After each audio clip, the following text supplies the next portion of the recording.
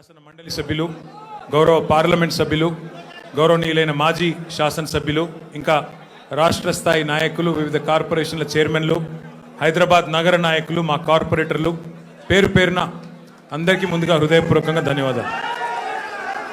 సరే, గత 2 ఏళ్లుగా తమ అసమర్థ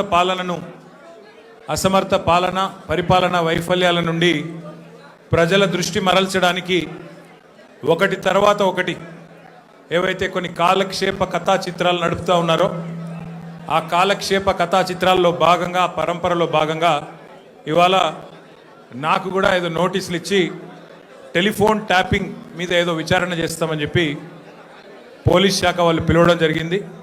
ఆ విచారణకు పూర్తిగా సహకరించి దాదాపు 7-7:30 గంటలు వారు అడిగిన అన్ని ప్రశ్నలకు కూడా సమాధానం చెప్పి నేను మీ దగ్గరికి వస్తూ ఉన్నాను. మొట్టమొదటి మాట ఏమంటే నేను వారిని సూటిగా అడిగాను.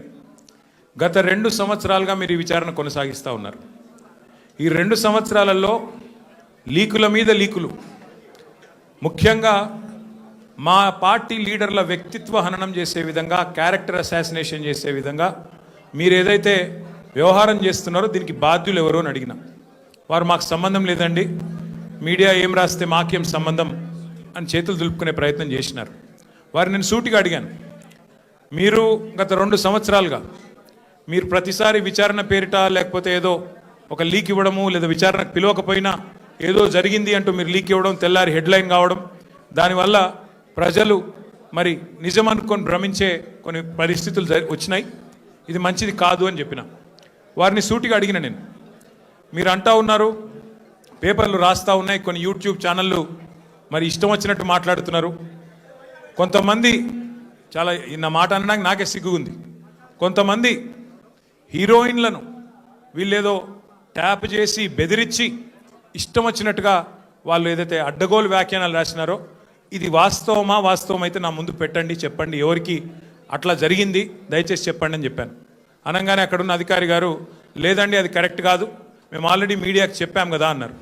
నేను అన్నది ఏంటంటే, అయ్యా మరి మీరు కరెక్ట్ కాదు అని మీరు చెప్పిందేమో ఎక్కడో ఇంతంత వస్తుంది, మరి ఇష్టం వచ్చినట్టు మీరు ఇన్ని రోజులు నడిపిన కథనాలకు ఎవరు బాధ్యులు?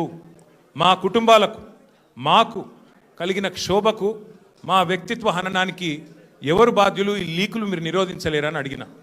ముందుగా మీడియాకు నేను ఒక అపీల్ చేస్తూ ఉన్నా, దయచేసి ఈ ప్రభుత్వం లీకు వీరుల ప్రభుత్వం, వీళ్ళు కేవలం లీకుల మీద ఆధారపడి నడిచే ప్రభుత్వం. ఈ ప్రభుత్వం ఇచ్చే అడ్డగోలు లీకులను దయచేసి మీడియా కూడా మీరు ఇష్టానుసారంగా ప్రచురించకండి, దానిలో వాస్తవం ఎంత అవాస్తవం ఎంత ఒకసారి దయచేసి చెక్ చేసుకోండి అని చెప్పి నా ప్రార్థన.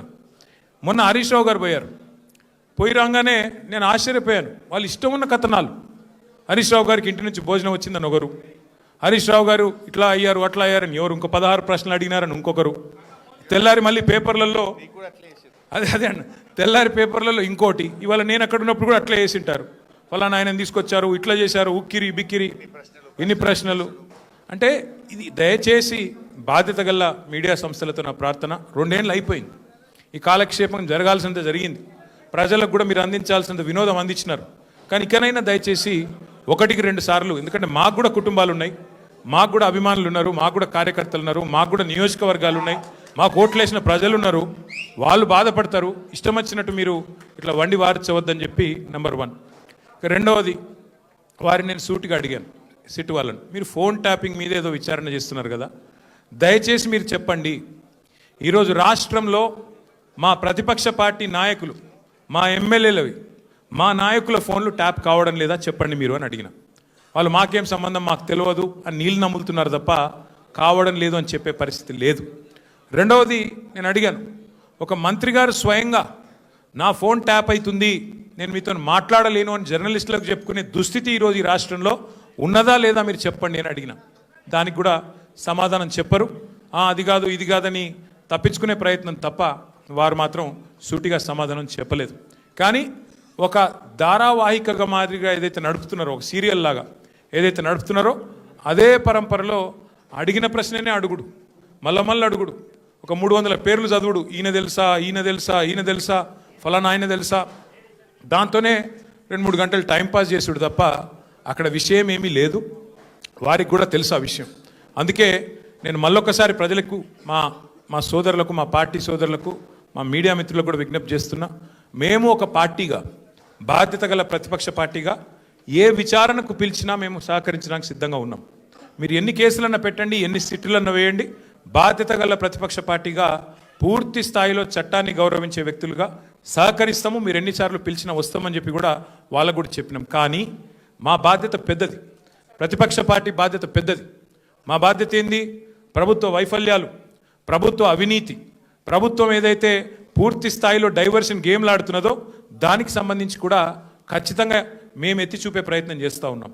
ఇవాళ సింగరేణి టెండర్లలో దొంగలు దొరికినరు, సింగరేణి టెండర్లలో ముఖ్యమంత్రి మంత్రుల మధ్యన వాటాల పంచాయతీలో దొంగలు దొరికినరు అని చెప్పి హరీష్ రావు గారు ప్రెస్ మీట్ పెట్టి ఆధారాలతో సహా ఇస్తానని చెప్తే కూడా ఇప్పటి వరకు ఉలుకు లేదు, పలుకు లేదు. సరే, మీరు సిట్లు వేస్తున్నారు, వేసుకోండి.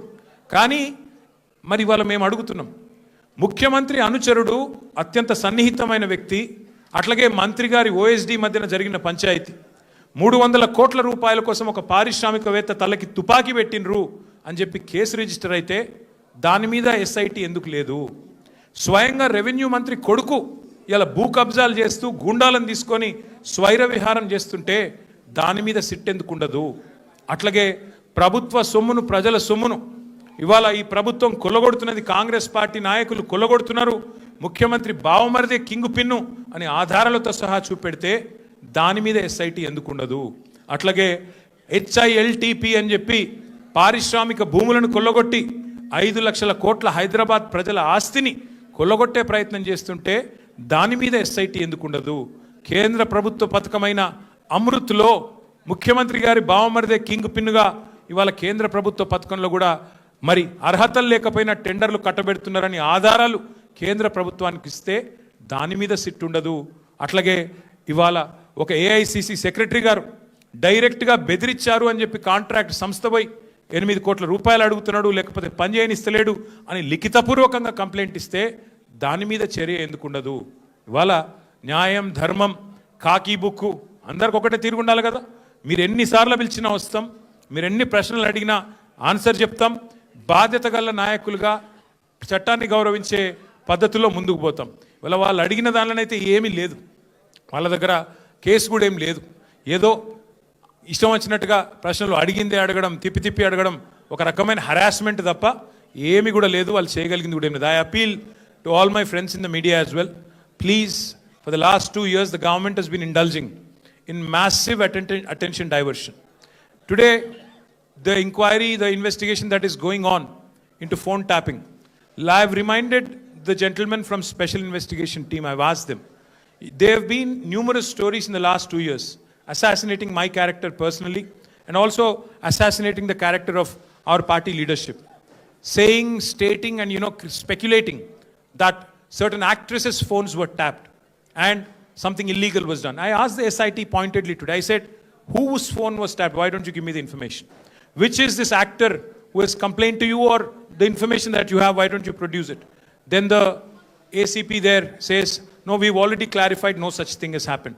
But enough damage has been done to me, to my party leadership, to my family, to all the constituents of my constituency.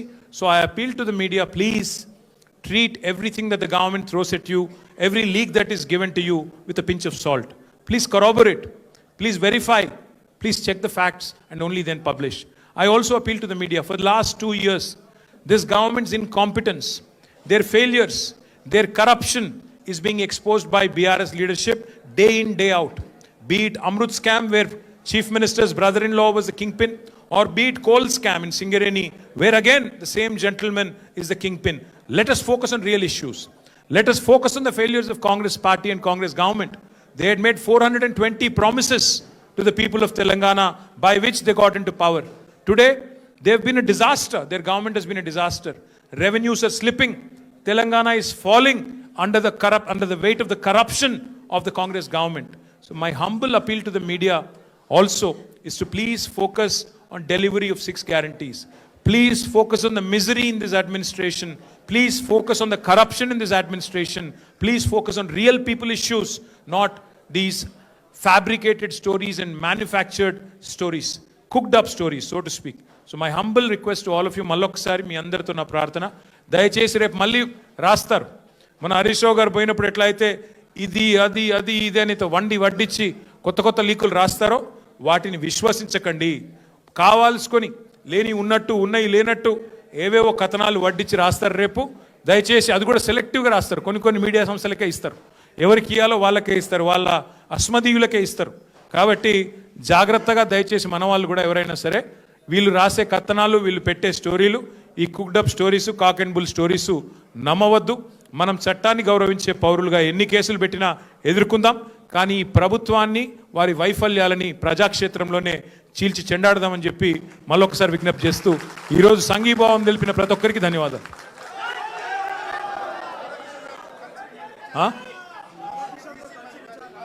Ego media కథనాల్లో ఎన్ని వాస్తవాలు ఉంటాయంటే ఇగో క్లాసిక్ ఎగ్జాంపుల్. ఆయన ఎవరినో కూర్చోబెట్టి నాతో కలిపి విచారించినట్టు. ఆయన ఎవరు రాని కూడా రాలేదు, మీరు చెప్పేట ఆయన ఆడ లేని కూడా లేడు, ఎవరిని కూర్చోబెట్టలే. గదే అంటున్నా, ఎవరు మనిషి లేడు, ఆడెవరు లేడు. మరి అందుకే అంటున్నా, మీరు మీడియా వాళ్ళు కూడా చూసుకోవాలి. ఎవరితోనో కలిసి కూర్చోబెట్టి నన్ను విచారించినట. పురుగు కూడా లేడు, ఆ పోలీసు వాళ్ళు నేను తప్ప ఆడెవడు లేడు. కాబట్టి ఇటువంటి అన్నీ ఉంటాయి. ఇప్పుడు టీవీలో వచ్చింది ఏంటంటే, ఫస్ట్ మాజీ డీసీపీ రాధాకృష్ణతో కూర్చోబెట్టి ఆ 2 ఫోటోలు మీది ఆయనది పక్కన పెట్టి అదొకటి పెట్టారు. ఆయనది అయిపోయింది ఆఫ్టర్నూన్ 2 తర్వాత. అంటే ప్రభాకర్ రావుని పిలిపించి మళ్ళీ ప్రభాకర్ రావుని మీరు కూర్చోబెట్టి అక్కడ తారక రామారావు తప్ప ఏ రావు లేడు, నేను ఒక్కడనే ఉన్నా తప్ప ఎవడు లేడు. మరి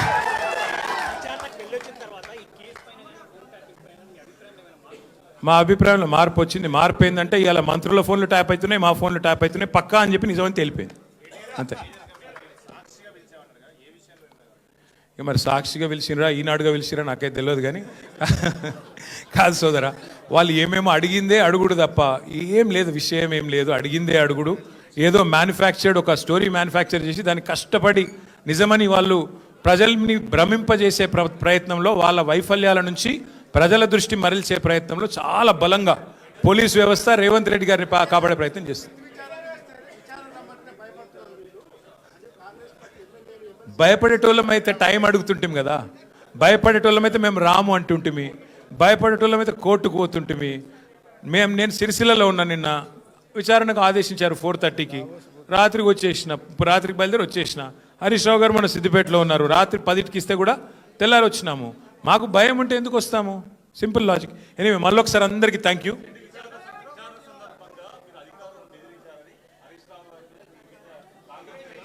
నేను ఎవరికి కంప్లైంట్ చేశారు?